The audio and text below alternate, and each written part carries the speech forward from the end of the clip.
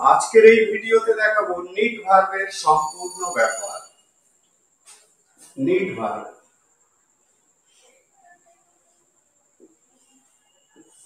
এই নিড ভার্বকে দু রকম ভাবে ব্যবহার করা হয়।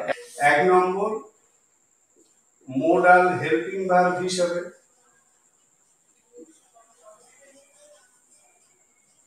মোডাল হেল্পিং ভার্ব হিসাবে, দু নম্বর প্রিন্সিপাল ভার্ব হিসাবে।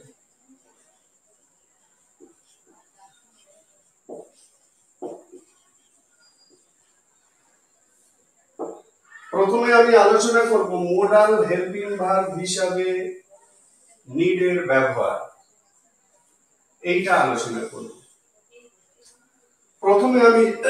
প্রথমে জেনে নাও নিডের বাংলা মানেটা কি। নিডের বাংলা মানে হলো দরকার হওয়া বা দরকার থাকা, ঠিক আছে। মোডাল হেল্পিং ভার্ব হিসেবে নিডকে আমরা অ্যাফার্মেটিভ সেন্টেন্সে ব্যবহার করি না বললেই চলে, অর্থাৎ অ্যাফার্মেটিভ সেন্টেন্সে নিড মোডাল হেল্পিং ভার্ব হিসেবে ব্যবহার হয় না বললেই চলে। ব্যবহার হতে পারে যদি হার্ডলি, স্কেয়ার্সলি এবং অনলি এই ধরনের কিছু শব্দের সঙ্গে নিডকে ব্যবহার করা হয়। অর্থাৎ অ্যাফার্মেটিভ সেন্টেন্সে,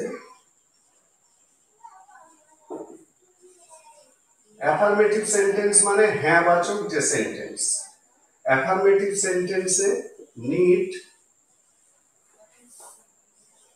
হার্ডলি, স্কেয়ার্সলি এবং অনলির সঙ্গে ব্যবহার হয়। অনলি এদের সঙ্গে বসে, এদের সঙ্গে বসে, ঠিক আছে।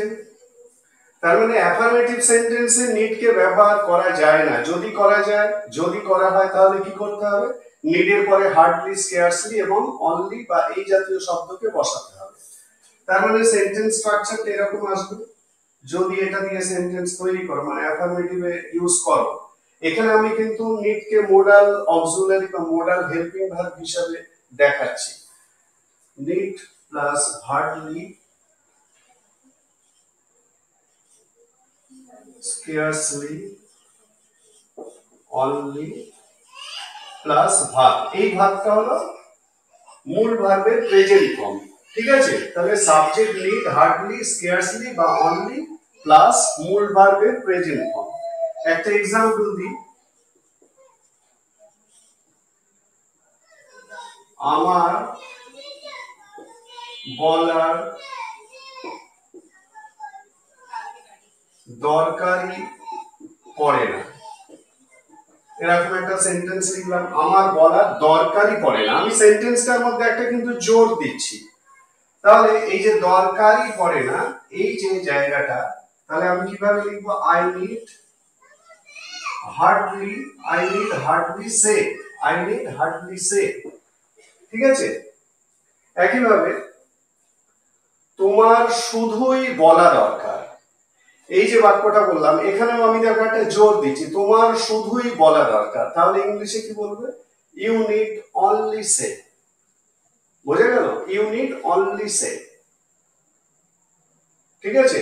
তাহলে অ্যাফার্মেটিভ সেন্টেন্সে ব্যবহারের ক্ষেত্রে, নিডকে ব্যবহারের ক্ষেত্রে একটু সতর্ক থাকবে, এই বিষয়গুলো মনে রাখবে। এইবারে মোডাল হেল্পিং ভার্ব হিসাবে অ্যাফার্মেটিভ সেন্টেন্সে পরিষ্কার বা মানে মোটামুটি ভাবে ধরে নেওয়া যায় যে নিডকে ব্যবহার করা যায় না। তাহলে নিশ্চয়ই নেগেটিভ সেন্টেন্সে ব্যবহার করা যাবে। ঠিক তাই, মানে মোডাল হেল্পিং ভার্ব হিসাবে নিড সবসময় নেগেটিভ সেন্টেন্সে বসে। মোডাল হেল্পিং ভার্ব হিসাবে নিড সবসময় নেগেটিভ সেন্টেন্সে বসে। এবারে এই যে নিড, এটা প্রেজেন্ট টেন্সে কি রকম হবে, ফিউচার টেন্সে কি রকম হবে, পাস্ট টেন্সে কি রকম হবে, সেটা আমি পরপর দেখাচ্ছি। তার মানে তোমরা কি জানলে না, মোডাল হেল্পিং ভার্ব হিসাবে যখন নিডটাকে তুমি হেল্পিং ভার্ব হিসাবে ব্যবহার করছো, তার মানে এরপরে অবশ্যই মূল ভার্ব বসবে। কারণ হেল্পিং ভার্বের কাজই হলো মূল ভার্বকে হেল্প করা। তাহলে মোডাল হেল্পিং ভার্ব হিসাবে যখন তুমি নিড কে ব্যবহার করবে সবসময় কিন্তু নেগেটিভ সেন্টেন্সে ব্যবহার হবে। এবারে তার মানে কি নিড নট হয়ে বসবে, নিড নট, এইটা হলো মানে ব্যবহার হবে, নিড নট হিসাবে ব্যবহার হবে। এবারে প্রেজেন্ট টেন্সে কি হবে? প্রেজেন্ট টেন্সে এটা হবে need not, need not plus verb one, এর বাংলাটা হলো দরকার নেই। আর ফিউচার টেন্সে তুমি যখন ব্যবহার করবে এটাও নিড নট, কিন্তু দুটোই need not plus verb one, মানে ভার্বের প্রেজেন্ট ফর্ম, দরকার হবে না। ঠিক আছে, ফিউচারের ক্ষেত্রে মিনিংটা একটু আলাদা যদিও গঠন একই।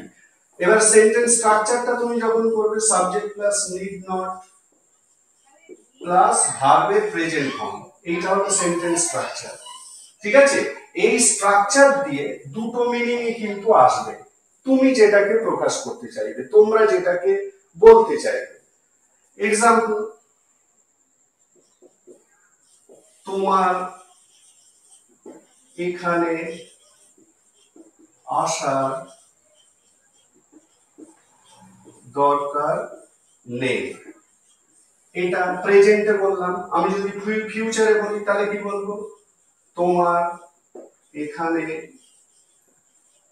আসার দরকার হবে না, এটা হলো ফিউচার। যেহেতু আমার সেন্টেন্স স্ট্রাকচারটা একই, তার মানে দুটো সেন্টেন্সের ক্ষেত্রেই আমার ইংলিশটা হবে you need not come here. বুঝে গেল? You need not come here, তোমার এখানে আসার দরকার নেই বা তোমার এখানে আসার দরকার হবে না।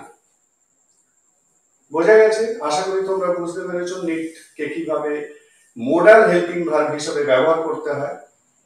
আর একটা এক্সাম্পল, ওর ওখানে যাওয়ার দরকার নেই বা ওর ওখানে যাওয়ার দরকার হবে না, ইংলিশটা কি হবে? হি নিড নট গো দেয়ার।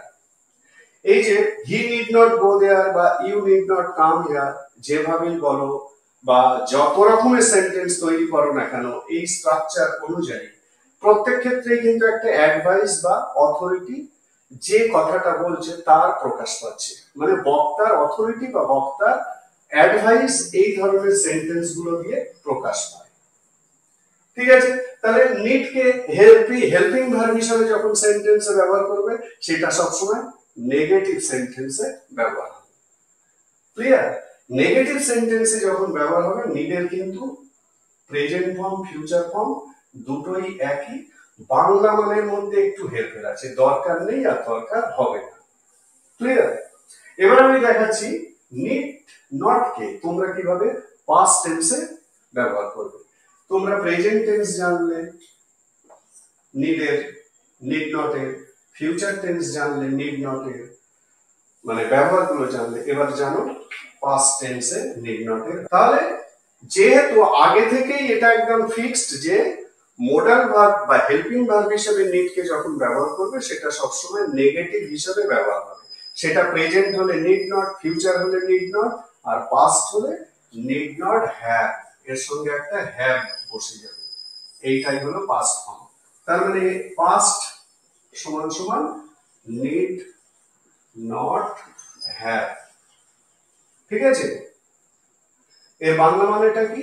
দরকার ছিল না, দরকার ছিল না, এটা হলো বাংলা মানে। ঠিক আছে, সেন্টেন্স স্ট্রাকচারটা কি হবে? Subject plus need not have plus ভি3 মানে ভার্বের পাস্ট পার্টিসিপল ফর্ম, এইটা হলো সেন্টেন্স স্ট্রাকচার। এইবারে এই দরকার ছিল না এই ধরনের বাংলা দিয়ে তুমি যখন সেন্টেন্স তৈরি করবে, ধরো তোমার এখানে আসার দরকার ছিল না, ওর ওখানে যাওয়ার দরকার ছিল না, এরকম যে প্র্যাকটিক্যাল কথাবার্তা গুলো তোমরা সবসময় বলো, তো এই ধরনের সেন্টেন্স গুলো এই স্ট্রাকচার অনুযায়ী করবে। ঠিক আছে, এবারে এই বাংলাটাকে আর এক রকম ভাবে বলা যায়, সেটা আমি এখানে দেখিয়ে দিচ্ছি। দুটো বাংলায় আমি লিখছি। ধরো, ওর ওখানে যাওয়ার দরকার ছিল না, এটা একটা। আর একটা হচ্ছে, ওর ওখানে না গেলে ও চলতো। ঠিক আছে, তার মানে দুটো সেন্টেন্সই কিন্তু স্ট্রাকচার অনুযায়ী একই হবে ইংলিশে, শুধু বাংলা দুটো দেখো একটু আলাদা। মানে দুটোই প্র্যাকটিক্যাল সেন্টেন্স। এই ধরনের সেন্টেন্স গুলো তোমরা সবসময় বলো যে ওর ওখানে না গেলেও চলতো, আমার এখানে না আসলেও চলতো। একইভাবে মানে এই কথাটাকেই আরেক রকম ভাবে বলা যায় কি, ওর ওখানে যাওয়ার দরকার ছিল না, আমার এখানে আসার দরকার ছিল না। ঠিক আছে, তার মানে ওর ওখানে যাওয়া না গেলেও চলতো, এটাকে কিন্তু মনে রাখতে হবে খুব ভালো করে। ওর এখানে ওখানে না গেলেও চলতো, তোমার এখানে না আসলেও চলতো, তোমার কথাটা না বললেও চলতো। এই যে বাংলাগুলো বলছি, এদের যে ইংলিশটা সেটা কিরকম হবে, এই স্ট্রাকচার অনুযায়ী। Subject need not have plus ভি3। তাহলে এখানে এটা কি হবে, হি নিড নট হ্যাভ, গোয়ের ভি3 হচ্ছে গন দেয়ার। ঠিক আছে, he need not have gone there. Clear? তাহলে নিড কে নেগেটিভ সেন্টেন্সেই কিন্তু ব্যবহার করা যায় মোডাল হেল্পিং ভার্ব হিসাবে। Present form need not, future form need not, Bangla মানে দরকার নেই, দরকার হবে না। আর পাস্ট ফর্ম হলো নিড নট হ্যাভ। সেক্ষেত্রে বাংলাটাও দু রকম ভাবে বলা যায়, দরকার ছিল না, বা একটা ভাব দিয়ে বললে না গেলেও চলতো, না আসলেও চলতো, না ভাবলেও চলতো, না বললেও চলতো। এরকম যত আছে, এরকম ভাবে যত তোমরা বানাতে পারবে, প্রত্যেকটাই কিন্তু এই স্ট্রাকচার অনুযায়ী হবে।